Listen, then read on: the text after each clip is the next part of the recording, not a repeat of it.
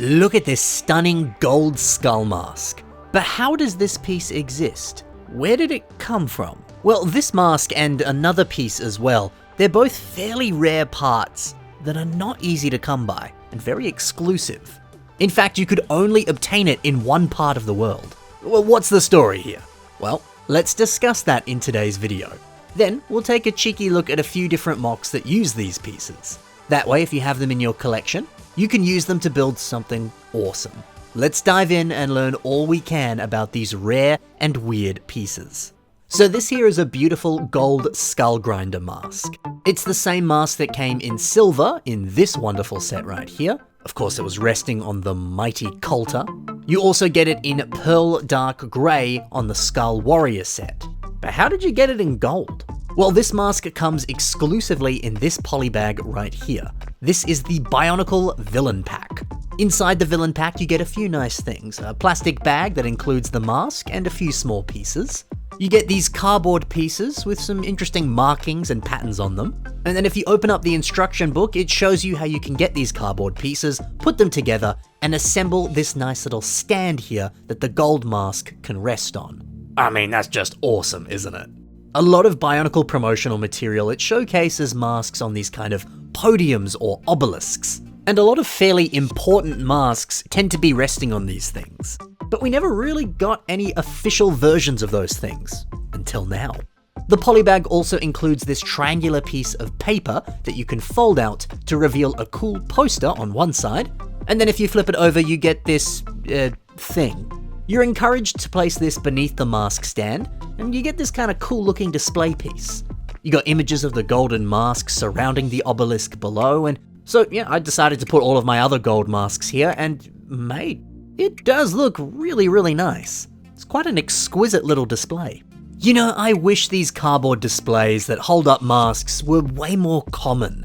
I'd love to have like 50 of these and display heaps of different masks on top of them. Wouldn't that just look so pretty? Sadly, this set is fairly rare. The polybag itself, it actually had quite a limited release.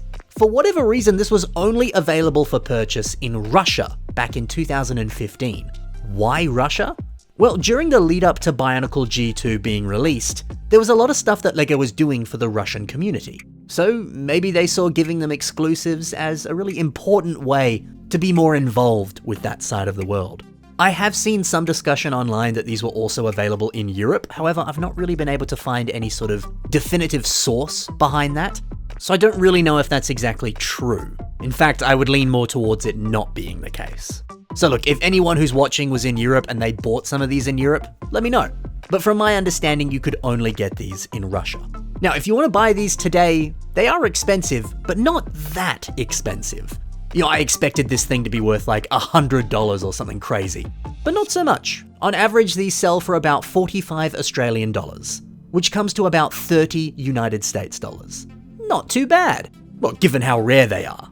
And, you know, given how expensive other Bionicle masks can be, $30 isn't too bad. And that's for the whole polybag too.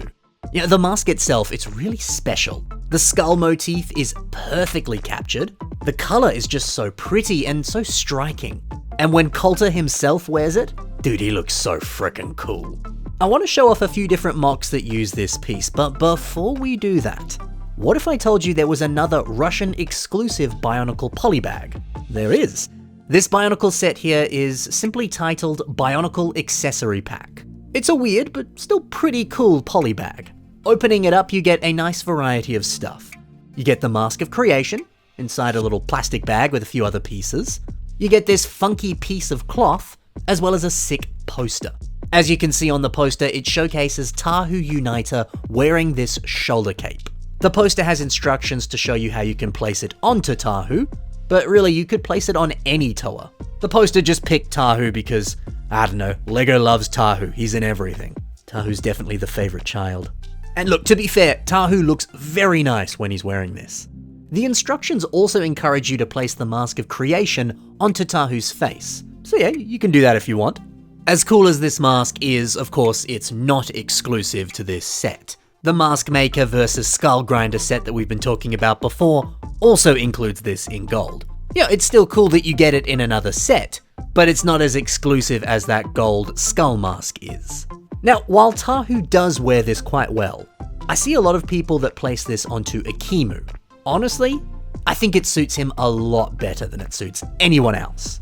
But hey, you could easily use this on any set or any mock that you make yourself. The connection point on here makes it quite versatile and pretty easy to attach onto basically anything. Now, yeah, the interesting shape of this piece, as well as the lovely pattern on it, I think it's just wonderful. There's a lot of good creative potential behind this, at least I think so. Now, in case you didn't notice, the cape has the Nuva symbols on it, the same ones that are associated with the original lore of Bionicle G1, and of course these same symbols are present on the masks of each of the Uniter characters in Bionicle G2. Yeah man, both this cape piece as well as that beautiful golden mask, they're just really special treats, and some surprisingly rare polybags. Oh yeah, and of course if you want to buy the Bionicle Accessory Pack, there's currently only 3 of them for sale on Bricklink right now, and they're about 30 Australian dollars each, which is roughly about 20 to 25 USD. So there you go. Now, let's see how both of these pieces have been used to build incredible Bionicle creations. I mentioned before how nice this mask looks when Coulter is wearing it. Well, Dylan Meaves has revamped Coulter to be totally gold. I really like how this is more than just a simple color swap. He's also put on different horns, he's got some slightly different armor. It looks good. Yeah, and I like the idea that this is like the final form for this character. They've gone Super Saiyan, they've mega evolved, something like that. Honestly, I think the character's never looked better. This is a brilliant color scheme for him. And it's a great way to give this mask a nice body. It's always a shame when you've got masks that aren't really attached to anything. It brings me so much joy seeing that face being given a body. Another mock that uses this mask is built by Matt Goldberg, and it's called Deathmonger the Defiler. I really like this Death Lord aesthetic. Skulls everywhere, a Grim Reaper style scythe, bones for armor.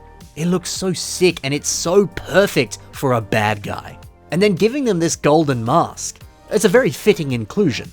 Not only does it continue that skull motif and aesthetic, but it also looks like he's wearing some kind of like gold ceremonial mask. It gives off some kind of like creepy cult vibes. So cool. Now let's move over to a mock that uses that cape piece.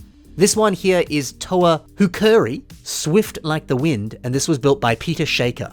I just love how this looks on this creation. The Nuva symbols, they all blend together a bit and start to look a little bit like camouflage. And hey, if this dude is hunting in the forest, it makes sense that he's gonna wear a little bit of camouflage, right? I don't know, I think this just really works with the overall aesthetic of this Toa. And hey, if this isn't meant to be camouflage, it could just be some type of, I don't know, traditional or ceremonial shawl that this sort of person wears. Either way, I think it's the perfect addition to this awesome creation. And then let's finish things off with a mock by Draconis, and this is their take on the gold-skinned being. What a great idea to add all kinds of different details on top of this mask. Things like horns, larger cheekbones, and wings poking out of the back.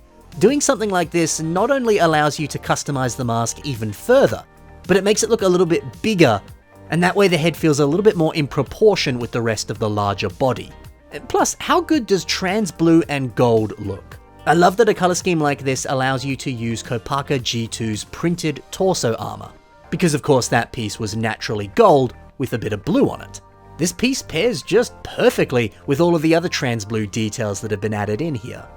Now that I say that, there's actually a fair few pieces in here that are both gold and trans blue. You've got Taryx's weapon on the end of this staff, you've got some of those crystallized pieces on the shoulders. Turns out it's pretty easy to make a gold and trans blue mock that looks sick. Plenty of pieces there that perfectly fit that color scheme. How wonderful. There you go.